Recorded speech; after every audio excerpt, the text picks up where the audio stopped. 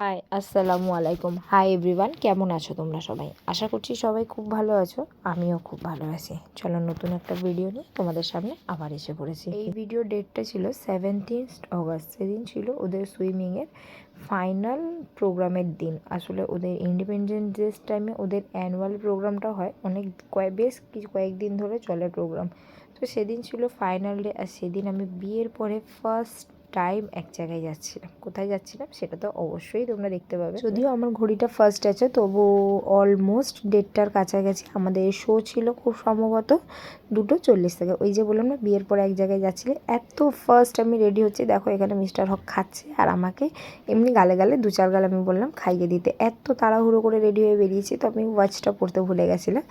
রাস্তায় গিয়ে ঘড়িটা পরলাম। যদিও এটা বর্ষাকাল, তবুও দেখো এই যে আকাশটা দেখতে আমার কিন্তু খুব ভালো লাগে। আর আকাশটা দেখছো আস্তে আস্তে কতটা কালো হচ্ছে। রাস্তায় যাওয়ার সময় আমরা প্রচণ্ড বৃষ্টি পেয়েছিলাম, তাও তো এখন বৃষ্টিটা কমে গেছে। আমি যখন তোমাদের দেখাচ্ছি মুষলধারে বৃষ্টি হচ্ছিলো। লাস্টে এক জায়গায় আমরা 10 মিনিট দাঁড়িয়ে একটু ওয়েট করেছি, তারপর বৃষ্টিটা কমতে আমি বেরিয়েছিলাম আর কি আমরা ওখান থেকে। মেদিনীপুরে এটা আমি ফার্স্ট মুভি দেখতে যাচ্ছি বিয়ের পরে। এটা খড়গপুর বোম্বে সিনেমা হল। অর্থাৎ এই সময় একসাথে 4টে মুভি চলছিল, ওয়ার 2, নরসিংহ, আর মেবি কুলি আর ধূমকেতু। আমি তো কুলিই দেখতে গেছিলাম। এখানে দেখো আমি, ইরফান, আমার দেওর আর বেটু গিয়েছিলাম। এখানে ভেতরে ক্রাউডটা দেখে বুঝতেই পারছো এটা মুভির থার্ড ডে ছিল, আর তাও অনেকটা লেট হয়ে গেছে।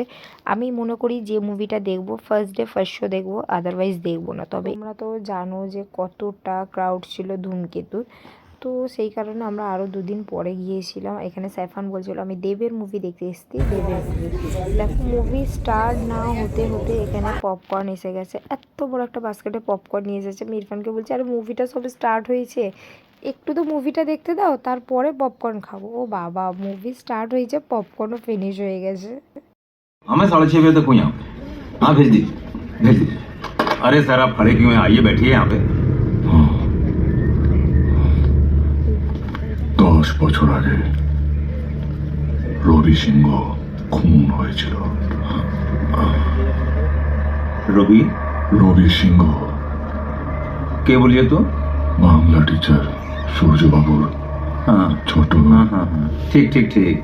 और वो বড় ভাই ভয়ে পালিয়ে গেছিল ওখান থেকে। হ্যাঁ হ্যাঁ হ্যাঁ।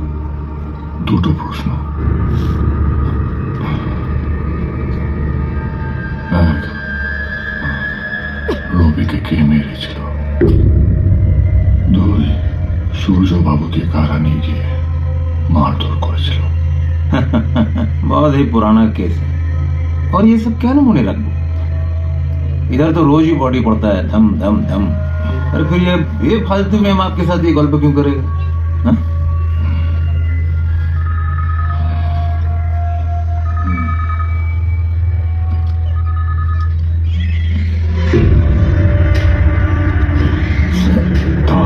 জানি না মুভিটা কার কেমন লেগেছে, তবে পার্সোনালি আমার খুব ভালো লেগেছে। স্টোরিটা একটু হটকে কিছু একটা আছে, এই লাভ রিলেটেড আছে, বাট একটু হটকেও কিছু আছে। এগেন আমরা রিটার্ন করার সময় আমি তোমাদেরকে স্কাইটা দেখাচ্ছিলাম, এত ভালো লাগছিল আমার, তোমাদের কী বলবো। ধরনের আকাশ আর পূর্ণিমার চাঁদ এর প্রতি, আর যেদিনে চাঁদ ওঠে, মানে এইগুলোর প্রতি আমার একটা আলাদা ভালো লাগা কাজ করে ভেতর থেকে। যে কারোর দেখে ভালো লাগাটা কাজ করে এটা কিন্তু ভাববে না, আমার ভালো লাগাটা আমার জন্যেই।